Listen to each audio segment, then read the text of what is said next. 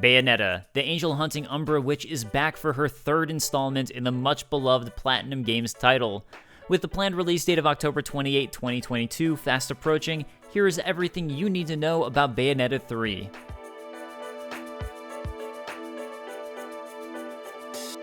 The original Bayonetta was created and directed by Hideki Kamiya, the same man behind Devil May Cry and the advent of the arcadey, combo-heavy 3D action game style.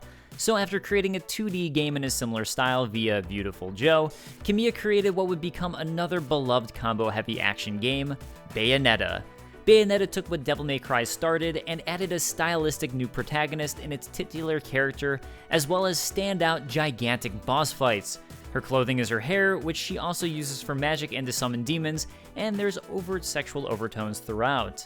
While Kamiya created and directed Bayonetta, Bayonetta 2 would be directed by Yusuke Hashimoto with supervision from Kamiya. And now, Bayonetta 3 is seeing yet another director with Yusuke Miyata taking control of the project, and Kamiya serving as an executive director.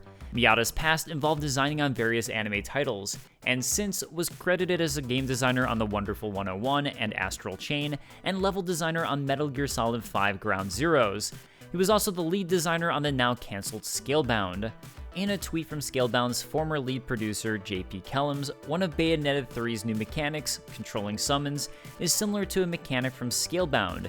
JP Kellums also mentioned that he felt Yusuke Miyata was a super talented designer, so while Yusuke Miyata may not be a super recognizable name, it sounds like he has plenty of experience under his belt, as well as a lot of respect from his peers. Speaking on those summons, let's talk about the gameplay. Like the previous installments to Bayonetta, Bayonetta 3 is a combo-heavy action title. What that means is a heavy focus of the game is on the combat itself, with a score running throughout. While it isn't necessary to beat any level, typically you'll want to rack up the highest score possible through flawless and varied combos while avoiding damage in order to earn a higher ranking at the end of each level.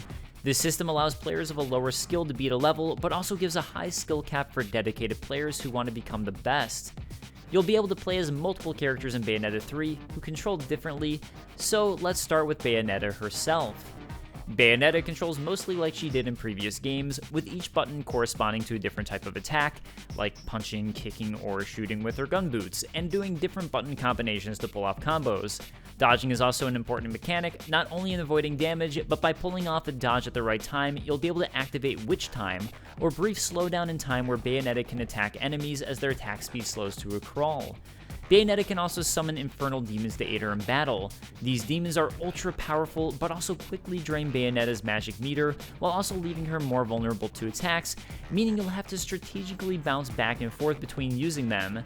Doing so, you can add to your combo. While these infernal demons were in previous games, they now work as demon slaves, allowing the player to have more direct control over them. Bayonetta also now has a Demon Masquerade ability, allowing her to fuse with the summoned demon and grant her additional abilities.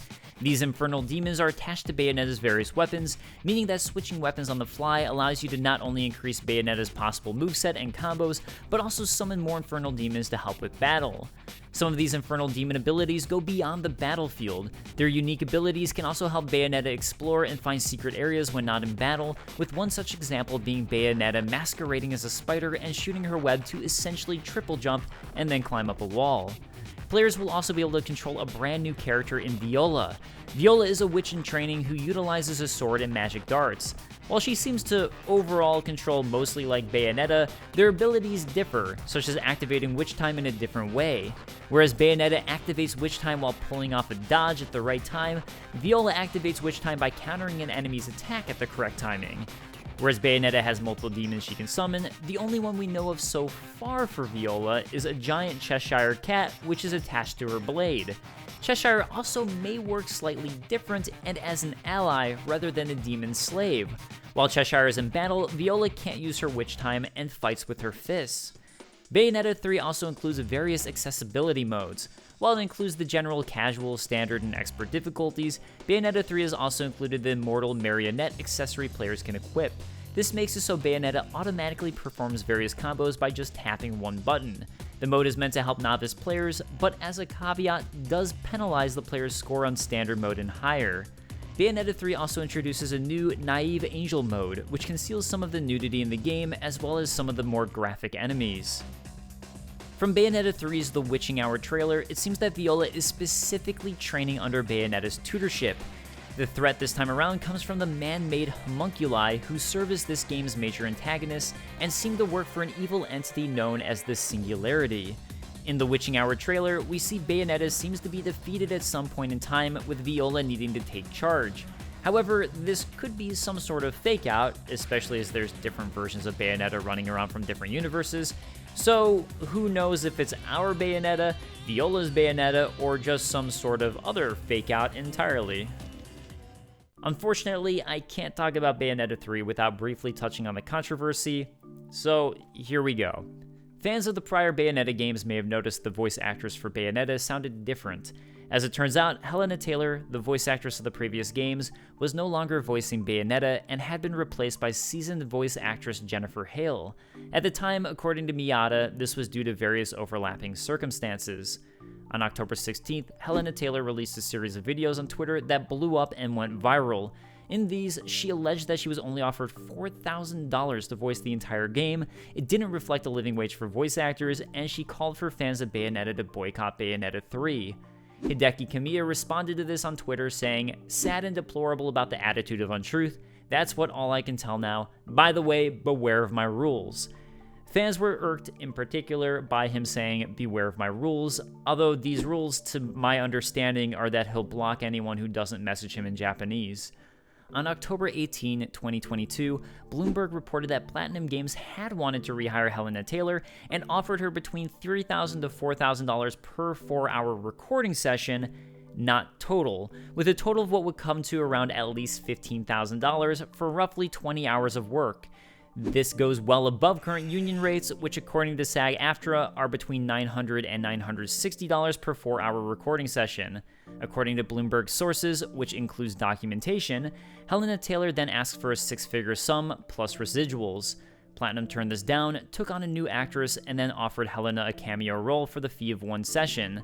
This story was also corroborated by Video Game Chronicle. In response, Helena Taylor initially called the report an absolute lie and a complete joke. Then, on October 24th, she revised her statement, saying she was initially offered $10,000, negotiated up for $15,000, and declined, deciding that wasn't enough money. Still, she claims $4,000 per session for 5 sessions is a total fabrication. On the side of Bloomberg, the report was done by Jason Schreier, who's a seasoned games reporter and has broken plenty of difficult stories, often aimed against the game industry for mistreatment of employees, and he's regarded as a highly reputable source. I will say, for my part, a game is made by a giant team of dedicated people who probably had nothing to do with this situation, all putting years of work into this product, so you can decide what's right for you based on what we know. Bayonetta 3 releases exclusively to the Nintendo Switch on October 28, 2022. And that wraps up everything you need to know about Bayonetta 3. I do wonder, if you haven't played a Bayonetta game, are you thinking about hopping on here as your first one? Let us know, and I'll see you guys next time.